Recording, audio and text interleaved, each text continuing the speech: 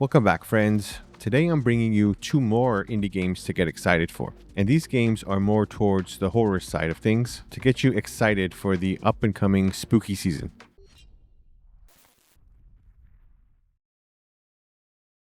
Now, the first game in this group is called Palpus X Annihilation. And this game is somewhat of a throwback to some very early games on the PC. And these were the type of games that were isometric shooter games that you'd have to fight off hordes of different enemies. And this game has taken a lot of inspiration from one that I personally used to love and play a lot, which was called Alien Shooter. So again, this game is an action slash horror shooter, and this game is being developed by a single dev. Shows here the name is Sebastian Vargek, also known as Meister Palpus. Currently, this game will only be available on Steam, and thankfully there is a demo available, so you can go ahead and check that out for yourself to see if this is the type of game that you like. So a little more about Palpus X Annihilation. This game is a isometric bullet shooter that takes a lot of inspiration from older titles like Alien Shooter, but it does come with some light RPG elements mixed in.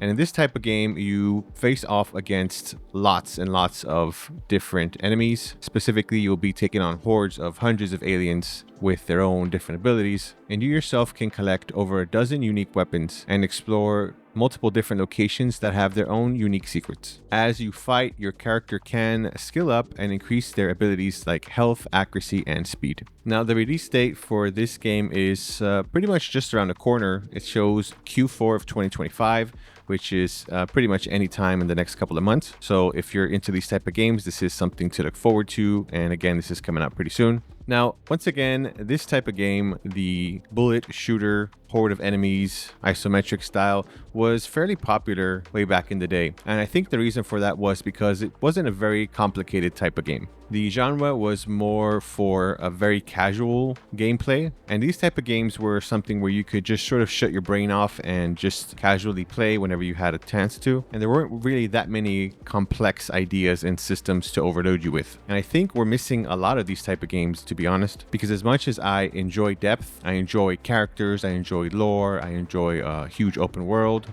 but sometimes you just need a very simple and basic and mind-numbing game to get your mind off of the rest of the world. So I am actually personally looking forward to this game. As I said, I've played the old Alien Shooter games, played them all, got all the secrets, beat them on the hardest modes, just because those were a lot of fun games to play back in the day. And so Palpus X Annihilation looks to be somewhat of a revitalizing of that type of genre, and so I'm looking forward to giving this a shot. Once again, Palpus X Annihilation is being developed by a single dev, and they're doing a lot of great work on this. As you can see, I'm sharing with you some of the developers' updates, and you can see where they started off at and how far along they've gotten in just a matter of a short while. So a lot of props to Meister Palpus for a job well done.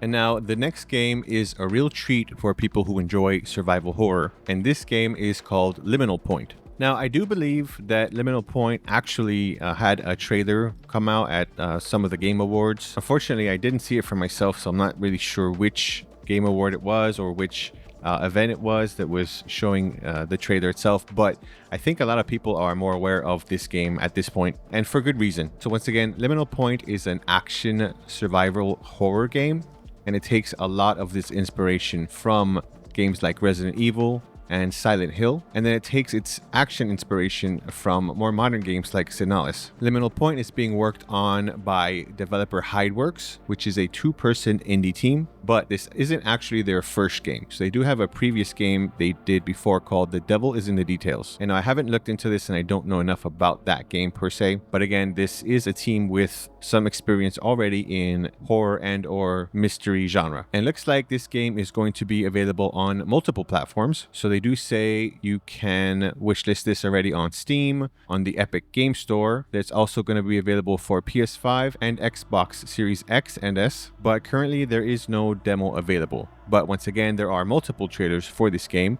and the game itself looks fantastic. Now, a little bit more about the game. So Liminal Point is a psychological survival horror game. It does, once again, take a lot of inspiration from many of the classics. So once you see the trailer, you'll notice a lot of that similarity there. But this game uses a top-down isometric view where you get to navigate through fog-covered streets and encounter different terrifying monsters. So you'll need to go ahead and plan your movements accordingly so you don't get trapped by monsters. And you also will have to manage the limited inventory space and resources that you collect carefully, which shouldn't be a surprise for those of us who have already played and been fans of the Resident Evil series. As for this game, it is slated to be released sometime in 2026, but there isn't a specific date just yet. And now I've been personally following this game for quite a while, and I really took a liking to it the first time I saw one of the earlier trailers, because again, it does remind me of a lot of the old school survival horror games. But not just that, but it also gave off a slight feel of Parasite Eve because of the character design and encountering the type of monsters that you'll notice in these trailers. Although it really isn't in the same type of genre, because this is more of an action-oriented survival horror and not really a somewhat turn-based game like Parasite Eve. But again, if you've played Parasite Eve, you might have a little bit feeling of nostalgia for it. But yeah, this game has a really great design direction. You can really feel a lot of the horror elements pop up at you,